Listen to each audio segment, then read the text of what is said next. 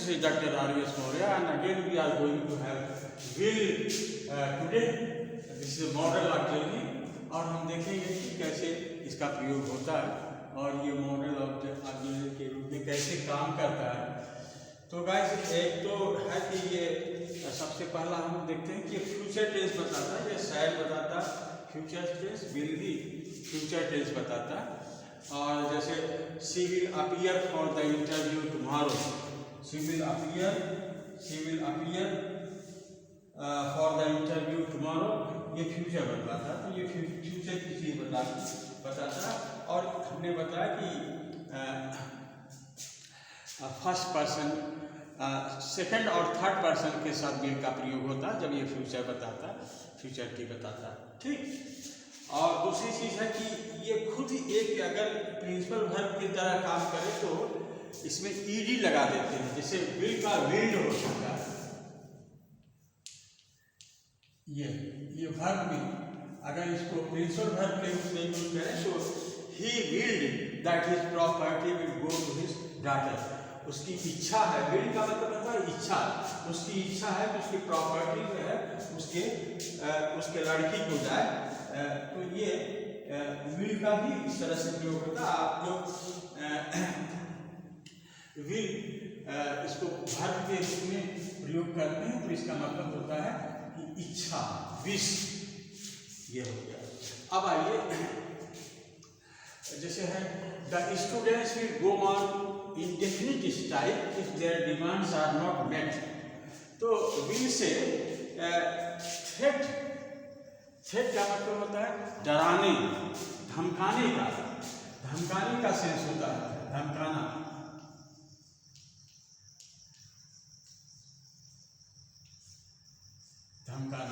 जैसे students will go on indefinite style if their demands are not met। तो धमकाने का, students will go on indefinite style, तो threat होता है धमकाना।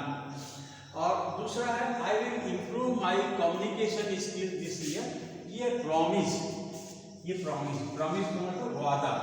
तो विल से वादा का भी बोध होता है, जब आप वादा करते हो कि हम ये काम करेंगे तो आई विल, जैसे I will improve my communication skill this year, तो I will improve my communication skill this year, ये promise, I promise that I will improve.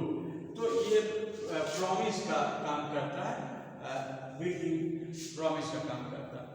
और इससे रिक्वेस्ट का भी बोध होता है, जैसे अगर कहें will you help me organise the programme sir, will you help me organise the programme sir, तो रिक्वेस्ट का बोध होता है। रिक्वेस्ट का मतलब होता है विनती या प्रार्थना, विनती क्या बोलते हैं हिंदी में, विनती।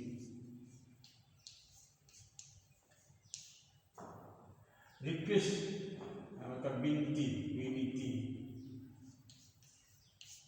विनती होगा, रिक्वेस्ट कर रहा है, तो ये हो गया। और चौथा देखिए will you join us for T, तो ये इन्विटेशन है, आप मेरे साथ चाय पिएंगे, तो इसको इंट्रोगेटिव में प्रयोग करते हैं। Will you join us for T, will you join us for T, तो इसको इन्विटेशन, आमंत्रण जिसको कहते हैं, तो इससे आमंत्रण का बोध होता है, आमंत्रण, सही, आमंत्रण का बोध होता है। अच्छा, again I will be too happy to help you, मैं आपकी सहायता करके हमें बहुत खुशी मिलेगी। I will be too happy to help you, ये है विलिंगनेस का मतलब होता है ये हार्दिक इच्छा शक्ति, हाँ, इच्छा शक्ति, तो विलिंगनेस का बोध होता है। हाँ, I will be too happy to help you, I will be too happy to help you, इससे विलिंगनेस का बोध होता है। और अगर फिर आते हैं they will have attended the meeting by now, संभावना है, ये संभावना की, अब तक वो लोग मीटिंग अटेंड कर चुके होंगे, ये संभावना व्यक्त करते हैं, तो इसको हम कहते हैं संभावना।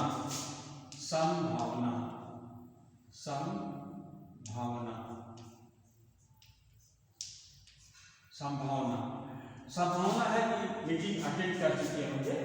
और और ये है no will be allowed to sit here, command का भी यूज होता है, कोई यहाँ नहीं बैठेगा। No will be allowed to sit here, no one will be allowed to sit here.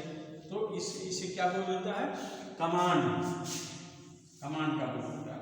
तो गाइस आप देखें कि विल का कितने तरह का प्रयोग होता है मॉडर्न ऑक्सिलरी में, तो आप इसको स्क्रीनशॉट भी ले सकते हो और हम दूसरे एपिसोड में और एक बार और दोनों के कंपैरिजन में बताते हैं, कंपैरेटिव शैल विल का कंपैरेटिव दूसरे वीडियो में आपको बताते हैं।